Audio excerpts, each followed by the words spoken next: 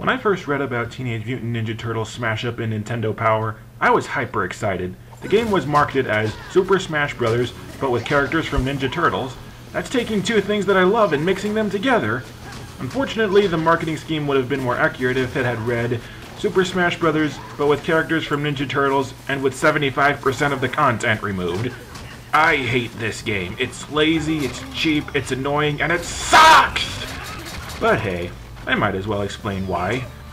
You start the game with 7 characters unlocked, the 4 Turtles, Splinter, Casey, and April. The arcade mode is the main story of the game and it's what you're going to play first, so let's start with that. Splinter decides to test the Turtles' skills by having a tournament, so you fight 4 of the other starting characters. The Turtles then learn that the Fugitoid, a professor friend, has been captured by the Shredder. Then you fight 2 foot soldiers, Karai, the Shredder's daughter, Ultraminator, don't ask, I don't know where this guy came from, and finally the Shredder himself. And that's it. That's the only story that you get in the game, celebrating the 25th anniversary of Teenage Mutant Ninja Turtles. Spar against your friends, your friend has been kidnapped, go fight the Shredder. That's the best that they could come up with. After these 8 battles, you get to pick a reward from the trophy cabinet, and then you get to watch a special ending for the character that you selected. And not one of these endings has anything to do with the non-existent story. One of the selling points of the game is that the game's story cutscenes were drawn by comic book style by Teenage Mutant Ninja Turtles co-creator Peter Laird. In fact, they stuck this blurb on the back of the game's box. When one of the game's only selling points is its cutscenes, you know that you're in trouble. The game's controls are identical to Super Smash Bros. Brawl, but the game itself has a few changes. For starters, you fight with life bars, which removes the unique platforming element that makes Smash Bros. Unique. Falling off the stage is still an instant kill, but there are only a few stages where falling off the stage is even possible. Besides, all of the characters jump like they're in reduced gravity, so trying to throw someone off the screen is nigh impossible. If you pick up an item, you hold onto it until you press the X button to activate it. Your characters can jump off walls Ninja Gaiden style, and you can launch powerful homing attacks by launching off of walls. Certain attacks can be used to stun enemies, but I'll bitch about that later. Playing the arcade mode allows you to unlock the Shredder, Karai, Ultraminator, Foot Ninja, and Night Watcher as playable characters. But none of these unlockable characters can be used in the arcade mode, just the original 7.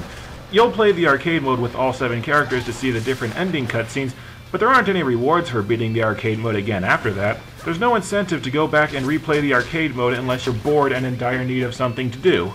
And I am. Next is the game's mission mode, where you'll be tasked to do specific things whilst fighting. This game has 51 missions, and it'll keep you busy for, a few hours. If you complete 50 of the missions, you'll unlock the Fugitoid as a playable character and an extra level or 2.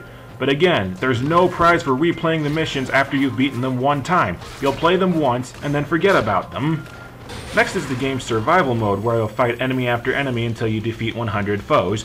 Completing the survival mode will unlock an alternate costume for whatever character you're using, but apart from the Shredder turning into the freaking awesome Cyber Shredder from the Back to the Sewer series, all of the alternate costumes look like crap. I mean, look at that, what is that?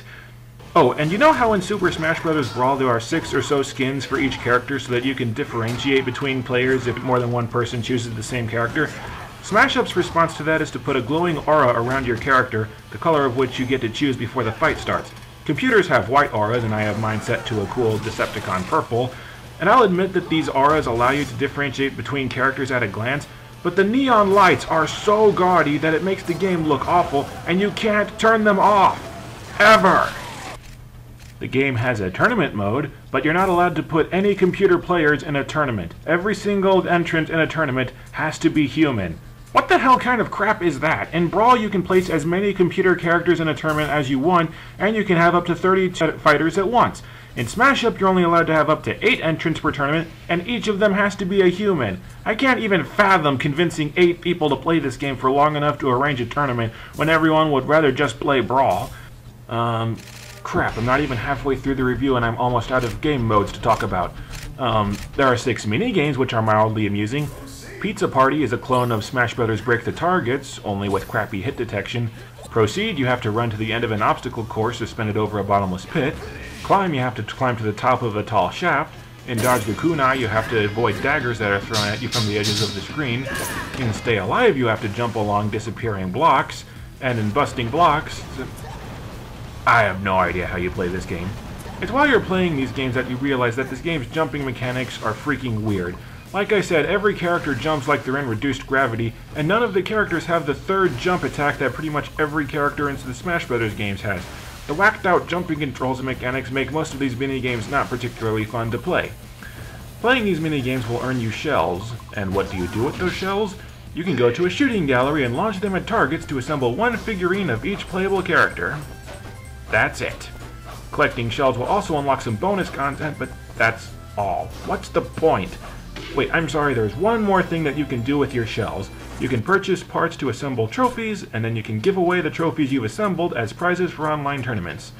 This basically means that the only thing that you can do with your money is give it away. Wait, you want 800 shells for a trophy? Bite me! Besides the point that I seriously doubt anybody gives a crap about online trophies, almost nobody played this game online even when it was brand new. Speaking of bonus content, this game has a ton of bonus content that you'll unlock frequently. The problem is that the bonus content is stuff you don't care about. Concept art, comic book covers, a commercial for the classic TV show on DVD, I don't give a crap about any of this. And there's more damn bonus content than unlockable characters and stages combined. More on that later, but the only bonus material that's even remotely interesting is the concept art they had for a fourth live-action Ninja Turtles film. Yeah, they had planned a fourth live-action Ninja Turtles film subtitled The Second Mutation.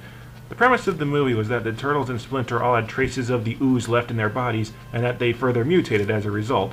The game doesn't mention the Shredder as being part of the movie, nor does it say why the film was cancelled, but I'm guessing that it had something to do with Ninja Turtles 3's, failure to impress.